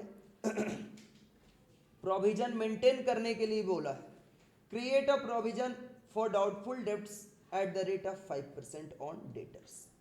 डेटर्स के ऊपर बोला है कि एक और नया प्रोविजन क्रिएट करना है 5% के रेट से। तो ये वाला हो गया हमारा न्यू प्रोविजन, और जो ट्रायल बैलेंस के अंदर दिया हुआ है वह क्या हो गया? Old provision. अब इन दोनों प्रोविजंस का मतलब मैं आपको समझाने जा रहा हूं, और कब किधर रिकॉर्ड करना है, डेबिट में कब रिकॉर्ड करना है, क्रेडिट में कब रिकॉर्ड करना है, ये भी मैं समझाने जा रहा हूं। नो कंफ्यूजन, कोई कंफ्यूजन नहीं होगा, एकदम क्रिस्टल क्लियर तुम लोगों को समझाऊंगा मैं। ये समझ गया चैप्टर खत्म हो जाएगा। यही मेन प्रॉब्लम्स है। देखो provision for bad and doubtful debts, ध्यान से समझना। The amount of provision for doubtful debts is shown on the debit side of the profit and loss account. On the other hand is deducted from the sundry debtors on the assets side of the balance sheet. हम लोग जो new provision होता है, new provision जो अभी अभी 5% वाला आपने देखा था, इसको क्या करते हैं हम लोग? न्यू प्रोविजन को प्रॉफिट एंड लॉस अकाउंट का डेबिट साइड में रिकॉर्ड करते हैं, ठीक है। और फिर जब बैलेंस शीट बनाते हैं तो बैड डेप्ट को हम लोग डेटर्स में से माइनस करते हैं, न्यू बैड डेप्ट को माइनस करते हैं। उसी तरीके से न्यू प्रोविजन को भी हम लोग डेटर्स में से माइनस करते हैं। ओनली न्यू प्रोविजन को माइनस करते हैं, नॉट ओल्ड प्रोविजन। डन है। फिर देखो सो दैट डेटर्स में appears eight there realisable value. अब जो बात आता है यहां पे समझो। If provision for doubtful debts is given in adjustments, अगर एडजस्टमेंट में दिया हुआ है, it is called new provision. In this case it will be recorded at two places. New provision को हम दो जगह पे रिकॉर्ड करते हैं। कहाँ पे रिकॉर्ड करते हैं? दो जगह पे। On one hand it will be added to bad debt on the debit side of the profit and loss account, and on the other hand it will be deducted from debtors on the assets side of the balance sheet. इसको हम कहाँ पे record करते हैं? Debit side में bad डेब्ट के साथ इसको ऐड करते हैं, और फिर रिकॉर्ड करते हैं पीएल का डेबिट साइड में। और दूसरा हम कहां पे रिकॉर्ड करते हैं? बैलेंस शीट में डेटर्स में से इसको माइनस करते हैं। फिर अगर प्रोविजन फॉर डाउटफुल डेब्ट is given inside the trial balance, अगर ये दिया हुआ है ट्रायल बैलेंस के अंदर दिया हुआ है, it is called the old provision. In this case it will be recorded only at the place that is deducted from the total of bad debt and new provision on the debit side of the profit and loss account. अब यहाँ से तुम लोगों का पूरा game शुरू होता है मेरा समझाने का, ठीक है। मैं खुद से अमाउंट एक अज्यूम करने जा रहा हूँ मेरे बच्चों।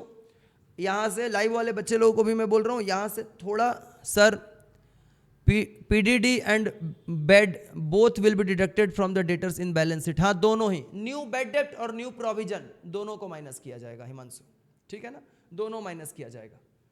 और एक चीज और माइनस करते हैं, provision for discount on debtors, इसको भी माइनस करते हैं। Provision for discount on debtors को भी माइनस करते हैं। मैंने एक ऐसा सम रखा है अपने इस सम के अंदर जिसमें सब कुछ है, old bad dept, new bad dept, old provision, new provision, provision for discount on debtors, provision for discount on creditors, एक ही क्वेश्चन के अंदर सब है, पूरा मसाला है उसके अंदर एकदम। एक क्वेश्चन में सब कुछ क्लियर होगा, लेकिन मैं अभी जो बताने जा रहा हूं अमाउंट में खुद से अज्यूम करके आपको बता रहा हूं। देखो बच्चों,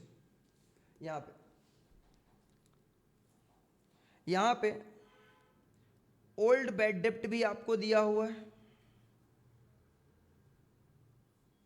न्यू बैड डेप्ट भी आपको दिया हुआ है, क्लियर है, और न्यू प्रोविजन भी आपको दिया हुआ है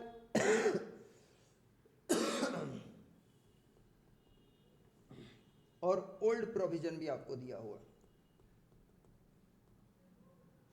मान लो इस ओल्ड बैड डेप्ट का अमाउंट है 200 रुपया, अपने मन से ले रहा हूं, कोई सम का डेटा नहीं है, सब में तो जाके सब में पढ़ाऊंगा ही मैं।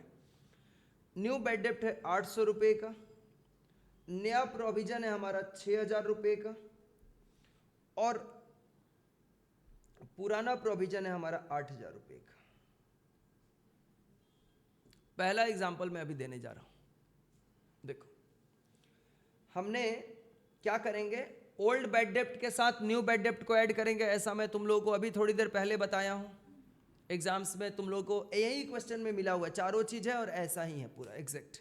क्या करोगे, पहले आप ओल्ड बैड डेप्ट में न्यू बैड डेप्ट को ऐड करके पीएल का डेबिट में लिख दोगे, मत लिखना, वेट करना, क्वेश्चन को पूरा पढ़ना है। एग्जाम्स में रीडिंग टाइम मिलता है आपको, उसी समय ये सब डिसाइड कर लेना। याद रखना है मेरे बात को, कैलकुलेटर आपके एग्जाम्स में अलाउड रहेगा, आपको रफ पेज भी रहता है आपके पास, आप पहले इसको कैलकुलेटर पे कैलकुलेट करना ध्यान से। आप 200 और प्लस 800 कर लोगे, 200 प्लस 800 कितना आएगा, 1000। सर ये तो मुंह से ही ऐड हो जाता है, अरे मेरे को पता था, लेकिन मैं फिर भी कैलकुलेटर पे करने का आदत डालवा रहा हूं आपको, ठीक है। प्लस 6000, उसमें नया जो प्रोविजन होगा उसको भी क्या करोगे, ऐड करोगे। क्यों ऐड करोगे, क्योंकि ऐसा बोल रहा है यहां पर करने के लिए। यहां पे देखो बोला है न्यू के बारे में, it will be added to bad debts on the debit side of the profit and loss account, बोला है ना। तो आप ऐड कर लो, लेकिन कर भी लोगे तो कुछ नहीं होगा। प्लस 6000 कर लो, आया कितना, 7000। लेकिन अपना भाई, ये जो अपना राक्षस भाई है ओल्ड प्रोविजन, ये पहले से इतना बड़ा है ना कि ये तीनों का मिला करके इससे बड़ा हो गया। देखो हो गया ना, ओल्ड प्रोविजन क्या हो गया, old provision is still greater than the new provision. समझ में आ रहा है ना। तब इसको हम कहां पे रिकॉर्ड करेंगे, तब इसको हम लोग कहां पे रिकॉर्ड करेंगे, डेबिट में कि क्रेडिट में, यहां पर मैं बताऊंगा, वो लिखा हुआ है। देखो देखो बच्चों, लिखा हुआ है यहां पे, इस एग्जाम्पल का आंसर यहां पर है, दिख रहा है। देखो, इफ ओल्ड प्रोविजन एक्सीड, यानी 8000 रुपया एक्सीड कर गया, यानी बड़ा हो गया, then total of the bad debts and new provision, total of the bad डेप्ट और न्यू प्रोविजन से वह अकेले ज्यादा बड़ा हो गया। समझ में आ रहा है ना। देन कितना, 7000, यही था ना। If old provision is more than the total of the bad डेप्ट and new provision, then balance will be, balance कितना, मतलब 8000 minus 7000, will be shown on the credit side of the profit and loss account. तब हम लोग ये पहले question में देख लेना है अमाउंट कि क्या ओल्ड प्रोविजन न्यू वाले प्रोविजन और बैड डेप्ट को मिला करके जो अमाउंट आ रहा है उससे ज़्यादा हो गया है। अगर ज़्यादा हो गया तो डेबिट साइड में वो रिकॉर्ड ही फिर नहीं होगा। कहाँ पे रिकॉर्ड करेंगे, क्रेडिट में। और क्रेडिट में किस में से किसको माइनस करेंगे, ऑब्वियसली बड़ा वाला में से छोटा वाला को माइनस करेंगे, यानी पहले लिखेंगे बाई ओल्ड प्रोविजन और फिर उसमें से लेस करेंगे लेस बैड डेप्ट, फिर लेस करेंगे क्या, न्यू प्रोविजन। समझ में आ रहा है ना। और फिर क्रेडिट साइड में उसका बैलेंस अमाउंट को जाकर के लिखेंगे। डन है मेरी बात ना। हाँ 1000 लिखेंगे, बिल्कुल 1000 लिखेंगे और डेबिट साइड में कुछ लिखा ही नहीं जाएगा फिर। ठीक है, मैं दिखाऊंगा ना सब में। ये जो मैं बोल रहा हूं ये आपके पास वीडियो तो रहता ही है, कौन सा मेरे पास रहता है, आप ही के पास रहता है। मैं ऐसा करके भी दिखाऊंगा सम्स में, यही ट्रीटमेंट करके दिखाऊंगा। क्लियर है ना? अच्छा, new provision will also be deducted from the sundry debtors on the asset side of the balance sheet। और न्यू प्रोविजन और न्यू बैड डेप्ट जो रहेगा उसको हम लोग बैलेंस शीट में माइनस भी करेंगे जाकर के, न्यू वाले को सिर्फ माइनस करेंगे, नॉट ओल्ड वाला। क्लियर है?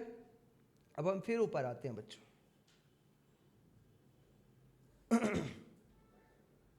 यहां पे अगर मान लो बच्चों, दूसरा एग्जांपल, यही अमाउंट यहां पर मान लो 4500 हो जाता, यही अमाउंट इस बार कम हो जाता, तब क्या करेंगे? तब का आंसर लिखा हुआ है इधर देखो। यहां पर न्यू प्रोविजन और न्यू बैड डेप्ट मिल करके 6800 रुपया हो जा रहा है, जो कि अकेले ओल्ड प्रोविजन से क्या है, ज्यादा है। तो बोला है यहां पर, if provision for doubtful debts is given inside the trial balance, it is called old provision. In this case, it will be recorded at one place, that is deducted from the total of the bad debt and new provision on the debit side of the profit and loss account। अगर old provision हमारा total of bad डेप्ट और new provision से कम रहेगा, तब उसको credit में नहीं रिकॉर्ड करेंगे। क्रेडिट साइड में कब रिकॉर्ड करेंगे? जब ओल्ड प्रोविजन का वैल्यू ज़्यादा रहेगा तब। यहाँ पर ओल्ड प्रोविजन का वैल्यू कम है, so it will be recorded on the debit side and deducted from the total of the bad dept plus new provision.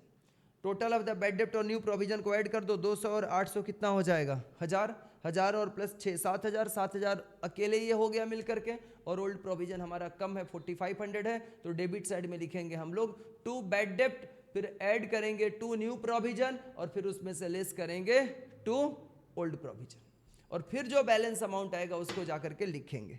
कितना बैलेंस अमाउंट हो जाएगा? 2500। क्लियर है मेरी बात ना? तब उसको रिकॉर्ड करेंगे ऐसे। हाँ जी, ओल्ड और न्यू बैड डेप्ट, टोटल हमारा बैड डेप्ट बिजनेस में कितना हो गया है, दोनों ही तो हमारे बिजनेस के लिए लॉस है ना, so both will be recorded in the as a expense, दोनों को रिकॉर्ड करते हैं। अच्छा सर, बैड डेप्ट का प्रोविजन के साथ क्या लेना देना? प्रोविजन तो बनाते ही हैं बैड डेप्ट को फेस करने के लिए, तो उसको एडजस्ट तो प्रोविजन के साथ ही करेंगे ना, इसीलिए वो कब ज़्यादा होगा तो डेबिट में और कम होगा तो क्रेडिट में, ये सब चीज़ों को समझाया जा रहा है। कनेक्टेड है ये पूरा, समझ में आ रहा है ना, ये कनेक्टेड है। अच्छा, इसके बाद से व्हेन बैड डेप्ट are given in adjustment, sometimes bad debts are given in adjustment, in such case on one hand the further bad debt will be written on the debit side of the profit and loss account, and on the other hand will also be deducted from debtors on the assets side of the balance sheet. New provision in this case will be calculated on the amount of debtors which remains after deducting the amount of the bad debt therefrom। Sir ये क्या लिखा है, थोड़ा बता दीजिए, गरीब लोग हैं हम लोग। ठीक है, देखो बता रहे हैं बच्चों, इसे एग्जाम्पल्स को कंटिन्यू करते हैं, इस एग्जाम्पल को कंटिन्यू करते हैं, समझ में आ जाएगा। मान लो आपको दिया हुआ है, बच्चे लोग, लाइव वाले बच्चे लोग, मान लो आपको दिया है, आपको यहां पर क्वेश्चन में 60,000 रुपीज का डेटर्स दिया हुआ है। 60,000 रुपीज का क्या दिया हुआ है? डेटर्स। ठीक है, और आपको न्यू बैड डेप्ट दिया है कितने का? 800 रुपए का। न्यू प्रोविजन कितने का दिया है? न्यू प्रोविजन दिया नहीं है, न्यू प्रोविजन बनाना है आपको। न्यू प्रोविजन क्या करना है? क्रिएट करना है at the rate of 5% on debtors.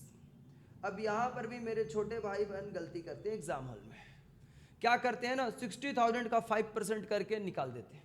गलत। आपको कैसे निकालना है? पहले 60,000 में से नया वाला बैड डेप्ट को माइनस करना है, समझा क्या?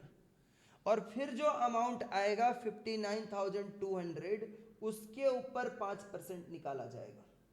और आपने अगर ये नहीं किया तो आपका वहां पर भी गलती होगा। यही बात तो लिखा है यहां पर, देखो क्या लिखा है, new provision will be calculated on the amount of debtors which will remain, मतलब जो बचेगा after deducting the amount of bad डेप्ट देयर फ्रॉम। बैड डेप्ट मतलब सिर्फ नया बैड डेप्ट को माइनस करते हैं, पुराना वाला को नहीं, ओनली डेटर्स में से न्यू बैड डेप्ट को माइनस करते हैं, फिर जो अमाउंट बचेगा उसके ऊपर प्रोविजन का जो परसेंटेज दिया रहेगा वह अप्लाई करेंगे। क्लियर है बात ना? उसके ऊपर परसेंटेज को अप्लाई करेंगे।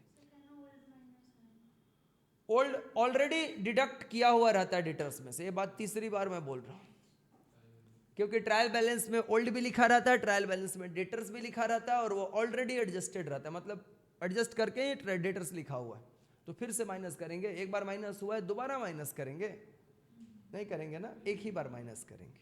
ठीक है, अच्छा। अब आता है provision for discount on debtors. Sir ये कैसा प्रोविजन है?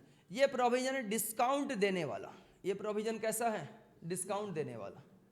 मतलब मान लो हमारे कुछ ऐसे कस्टमर्स है बिजनेस में जो हमें फास्ट पेमेंट देते हैं, मैं अपने लिए नहीं बोल रहा हूँ, मतलब नॉर्मल बिजनेस की बात मैं बता रहा हूँ।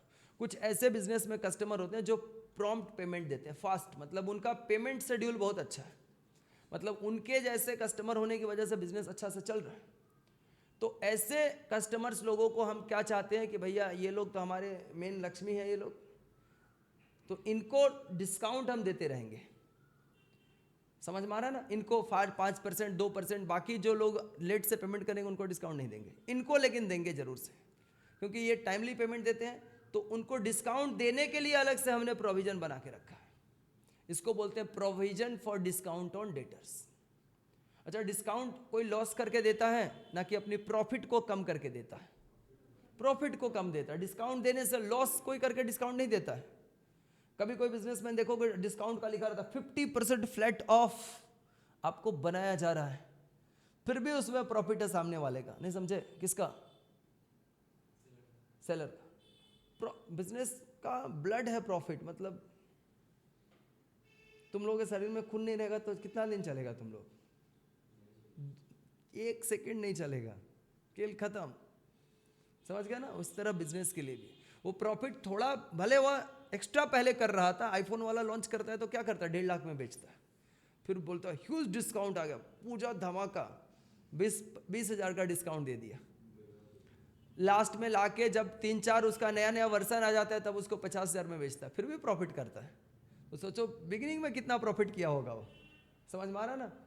400% का मार्जिन लेके जाता है एकदम। तो ये आपका डिस्काउंट देने के लिए ये होता है। अब इसका भी जब प्रोविजन क्रिएट करेंगे तो इसका भी परसेंटेज दिया रहेगा। अब देखो क्या करेंगे ध्यान से। डेटर्स हमारा कितने का था मेरे बच्चों? 60,000 रुपये का था ना। उसमें से हम माइनस करेंगे 800 रुपया, कितना आएगा? 59,200 आएगा। 59,200 का 5% निकालो। 59,200 का 5%, जो हमने डेटा अज्यूम किया था उसी के ऊपर कंटिन्यू कर रहे हैं। 29।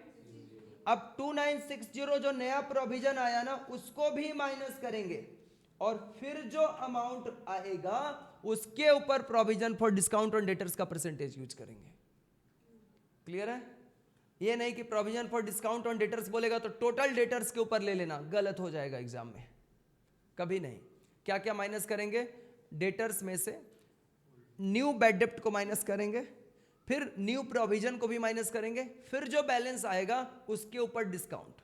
सर ये थोड़ा समझाएंगे इसका कंसेप्ट अंदर से क्या है? इसका कंसेप्ट तो सीधा सीधा है ना। बैड डेप्ट जो है उनको हम डिस्काउंट देंगे, जो बैड डेप्ट करके चला गया वो तो मिलेगा, तो फिर उसको सुनाएंगे हम। और प्रोविजन किसके ऊपर बनाते हैं हम लोग? जो डाउटफुल डेटर्स होते हैं, प्रोविजन फॉर डाउटफुल डेट्स नाम ही है, डाउटफुल लोग। अब डाउटफुल लोगों को डिस्काउंट देते चलेंगे तो कैसे काम चलेगा? वो लोगों को हम डिस्काउंट देते हैं जो एकदम नीट एंड क्लीन वाले हमारे डेटर्स हैं, ये तो पैसा देंगे ही देंगे, तो उनको हम डिस्काउंट देंगे। इसलिए इन दोनों को हटा करके फिर उसके ऊपर प्रोविजन क्रिएट करते हैं। क्लियर है बात ना? चलो ठीक है। अब देखो तो ये तो समझ में आ गया। ये सर क्या है? ये तो बोल ही चुका हूं मैं। एबनॉर्मल लॉस होगा तब भी परचेज में से माइनस करेंगे।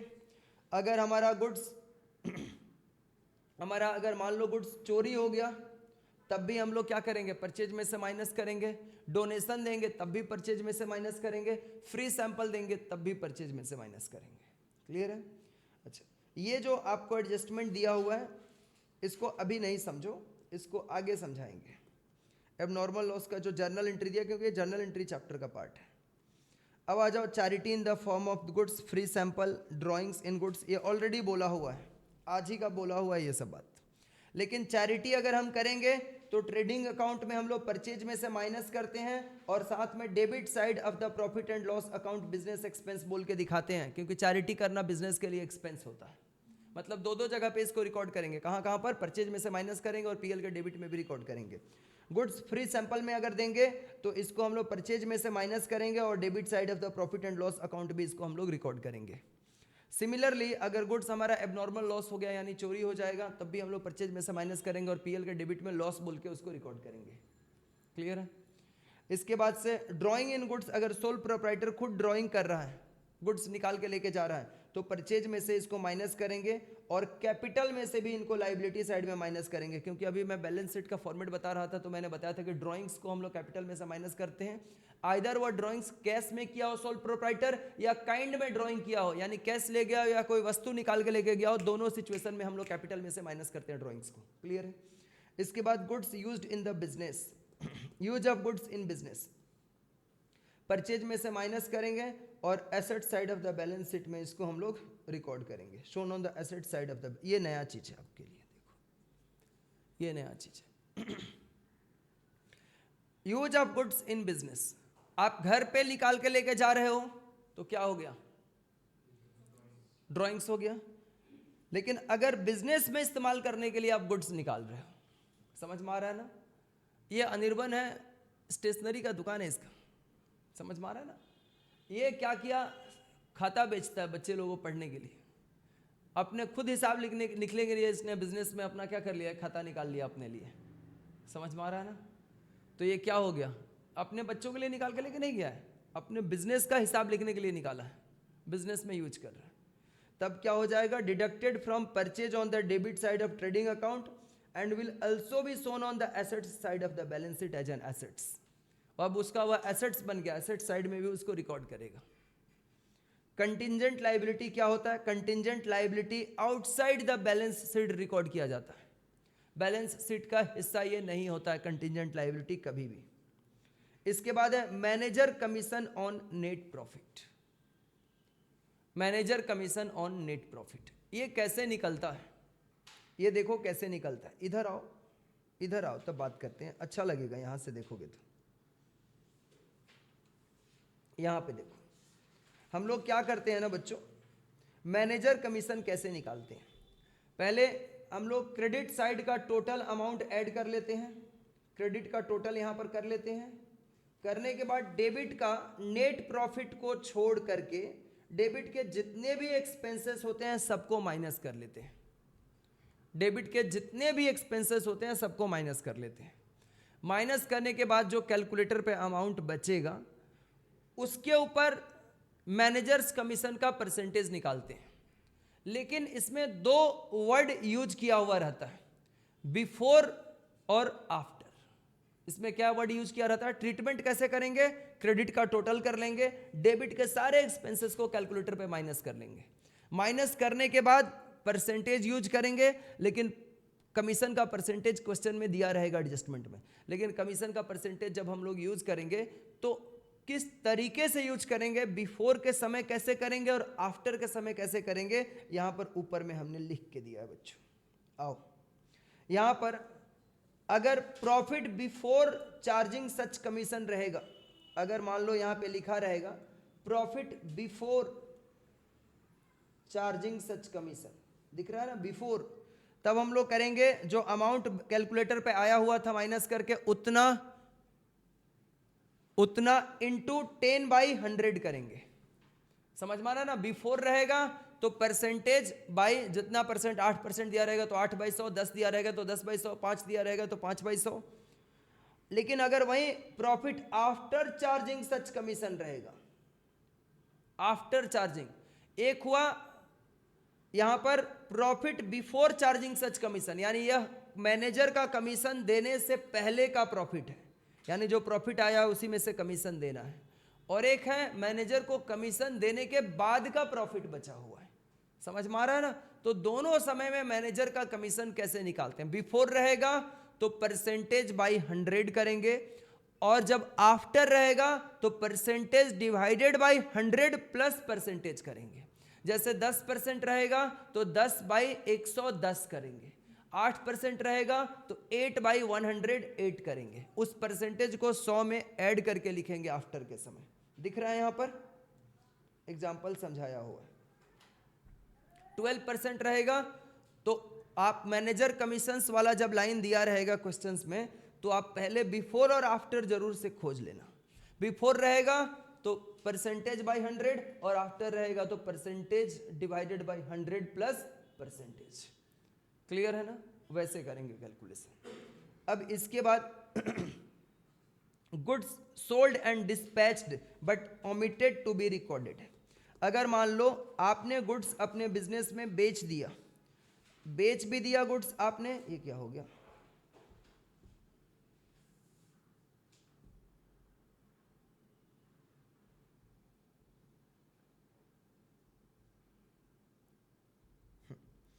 गुड्स आपने अपने बिजनेस में क्या कर दिया? बेच दिया, लेकिन रिकॉर्ड करना उसको आपने क्या किया? भूल गए। Omitted to be recorded. Goods आपने बेचा, आपने अपने कस्टमर को गुड्स भेज भी दिया, लेकिन बुक्स में रिकॉर्ड ही नहीं किया। It will be added to the sales on the credit side of trading account. Sales तो आपने किया है ना, भले आपने रिकॉर्ड नहीं किया, तो जब आप रिकॉर्ड करोगे तो सेल्स में उसको क्या करोगे? ऐड करोगे, क्योंकि वो भी आपने सेल ही किया था, चैरिटी नहीं किया था। On the other hand it will be added to the debtors, और डेटर्स भी बढ़ेगा इसके वजह से, क्योंकि ये अज्यूम किया जाता है कि आपने क्रेडिट सेल्स किया है। On the asset side of the balance sheet. उसके बाद है goods purchased and included into stock but omitted to be recorded. यानी आपने गुड्स खरीद के लाया, लाने के बाद अपने गोडाउन में उसको अपने पुराने स्टॉक के साथ मिला के रख भी दिया, लेकिन बुक्स में आपने उसको रिकॉर्ड करना भूल गए। तो जब रिकॉर्ड करोगे तो वह क्या होगा? परचेज तो हुआ ना, तो इसको क्या करेंगे? परचेज में ऐड करेंगे debit side of the trading account. और फिर अगर आपने गुड्स परचेज किया है तो इससे आपका क्रेडिटर्स भी तो इंक्रीज करेगा, क्योंकि ये अज्यूम किया जाता है कि यह परचेज आपने क्रेडिट में किया, उधारी में किया है, तो इससे आपका क्रेडिटर्स इंक्रीज करेगा। बैलेंस शीट के लायबिलिटी साइड में क्रेडिटर्स में भी उस परचेज को ऐड करते हैं। ये ट्रीटमेंट होता है पूरा। अब बच्चों, आज तो हम लोग क्वेश्चन नहीं करेंगे, लेकिन अगले क्लास में जब हम लोग मिलेंगे, क्वेश्चन नंबर 1 से हम लोग स्टार्ट करेंगे। ठीक है? एक एक दिन में बड़े बड़े सम्स हैं, लेकिन फिर भी कम से कम 2-2 क्वेश्चन एक एक दिन में हम लोग सलटाएंगे, आराम से करेंगे। ठीक है? फिर इसका अगला क्लास में थर्सडे को हम लोग मिलेंगे। कब मिलेंगे? थर्सडे को। डन है? तो फिर उस दिन से हम लोग क्वेश्चन करना स्टार्ट करेंगे।